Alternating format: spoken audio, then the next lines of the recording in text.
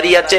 মা ফাতেমা ডাকে, বাবা গো তোমরা দুইজন ডাক দাও গো, দেখি তোমরা ডাক দিলে নি আমার বাবা মাথা উঠায়, আর কত কাঁদবো, 3টা দিন বাবার পার হয়ে গেছে।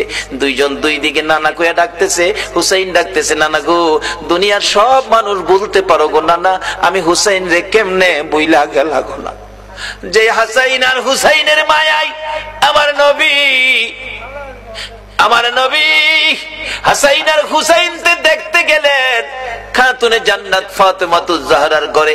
যাইয়া দেখে দুই ভাই ঘরে নাই। ফাতেমার চোখের মধ্যে পানি ঝরতেছে। নবী জিজ্ঞেস করে, ফাতেমারে কেন এইভাবে কান্দো? আমার নাতিরা কই? দুই নাতি না দেখলে আমার শান্তি লাগে না। ফাতেমা বলেন, বাবা গো আমি কাঁদতেছি কোন ব্যথায়। ঘরের পিছনে যাইয়া দেখেন গো বাবা, আজকে 3টা দিন পার হয়ে গেল, আমি ফাতেমার চুলায় আগুন জ্বলে না।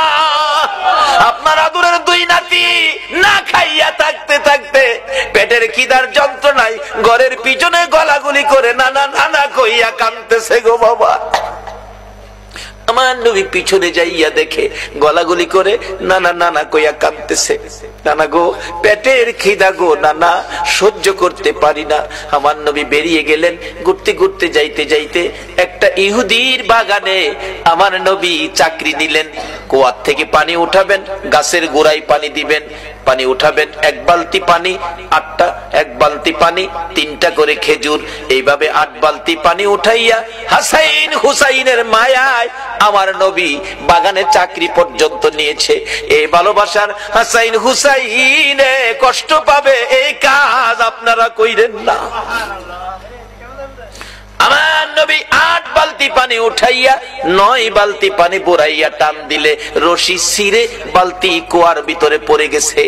ইহুদি দৌড়াই আসছে, পানি উঠাও পানি উঠাও। রশি ছিঁড়ে বালতি পড়ে গেছে, কি দিয়ে উঠাবো? ছিঁড়ে গেছে। হ্যাঁ না তুমি ছিঁড়ে ফেলছো? আমার নবীরে কয়, নবী বলে ছিঁড়ে ফেলছে। আমার নবী বলেন, ইহুদি রে আমি ছিঁড়ি নাই, ছিঁড়ে পড়ে গেছে। এই পর্যায়ে 1 কথা 2 কথা রাগ হইয়া নিষ্ঠুর ইহুদি, যেই নবীর চেহারায় জীবনে কোনদিন মশা মাছি বসে না, আমার নবীর গাল মুবারকে ইহুদি থাপ্পড় লাগাইয়া দিছে।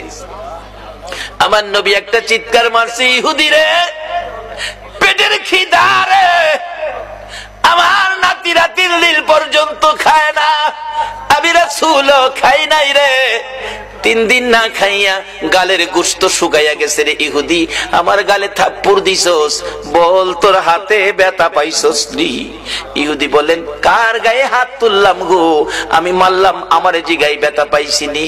আমার নবী ডাকে, এরে ইহুদি আমার 8 বালতি পানির বিনিময় 24টা খেজুর দিবি? হ দেব, দে। আমার হাসাইন আর হুসাইন কান্দে পেটের খিদায়।